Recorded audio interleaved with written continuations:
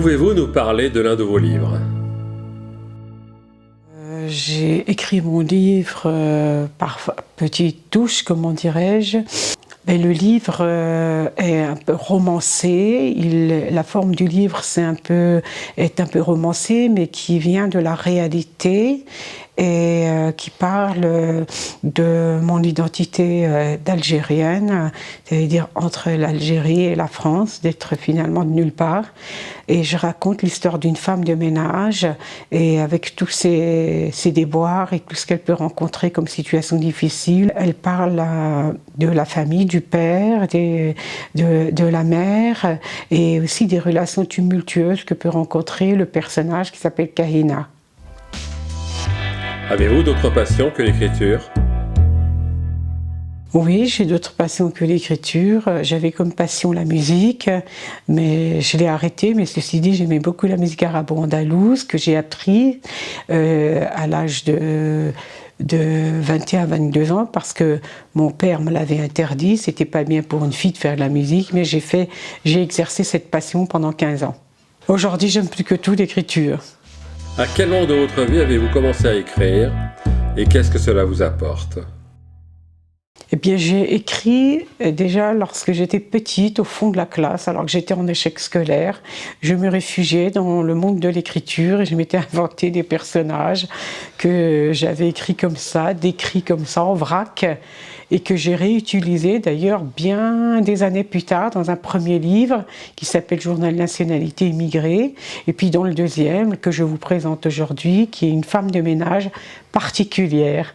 Et j'écrivais pendant mes pauses que j'appelais des récréations d'écriture, qui me permettaient de dire mes sentis, mes ressentis par rapport à la vie tumultueuse, en effet, que j'ai eue et que j'ai de toute façon encore, mais qui s'est beaucoup améliorée en écrivant. Donc je l'ai décrit dans une nouvelle, par exemple, qui me touche beaucoup, qui s'appelle Le Code confidentiel de la tombe de l'Algérien.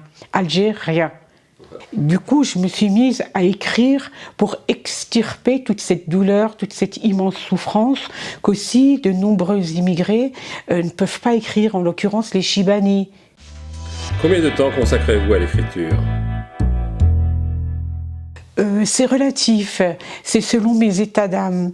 Si je suis trop fatiguée par mon travail, je suis aide-soignante en 12 heures dans un EHPAD. Cependant, il m'arrive d'écrire par exemple 8 heures dans la journée et puis après de ne pas écrire pendant 3 jours, une semaine. Qu'est-ce qui vous a décidé à vous faire publier ? Ce qui m'a décidé, mais c'est de passer ce message par rapport aux relations si difficiles des enfants ici immigrés, des enfants issus de l'immigration algérienne, mais aussi de nos parents qui ne savaient pas lire, qui ne savaient pas écrire et qui ne pouvaient pas faire passer ce message. Avez-vous d'autres projets d'écriture ? Je suis dans un 3e livre où je raconte justement, je peux un peu le dire, je raconte ce que c'est que le statut d'aide-soignant. Je raconte vraiment, et c'est toujours dans la continuité de mes deux livres, ça veut dire c'est l'évolution de cette femme qui passe de la souffrance à l'épanouissement, qui sort un peu de cette victime et qui est une femme combattante mais passive, pas passive, pacifique et qui, à travers l'écriture, toujours évolue et arrive justement à 60 ans et qui raconte son parcours professionnel. À travers l'écriture, je raconte l'évolution et l'épanouissement aussi, pas seulement toujours la souffrance, de cette femme issue de la diversité et qui s'installe, voilà, qui pose ses 2 pieds en France. Merci Sakina Boukedina. Votre passion pour l'écriture est pour vous une véritable résilience.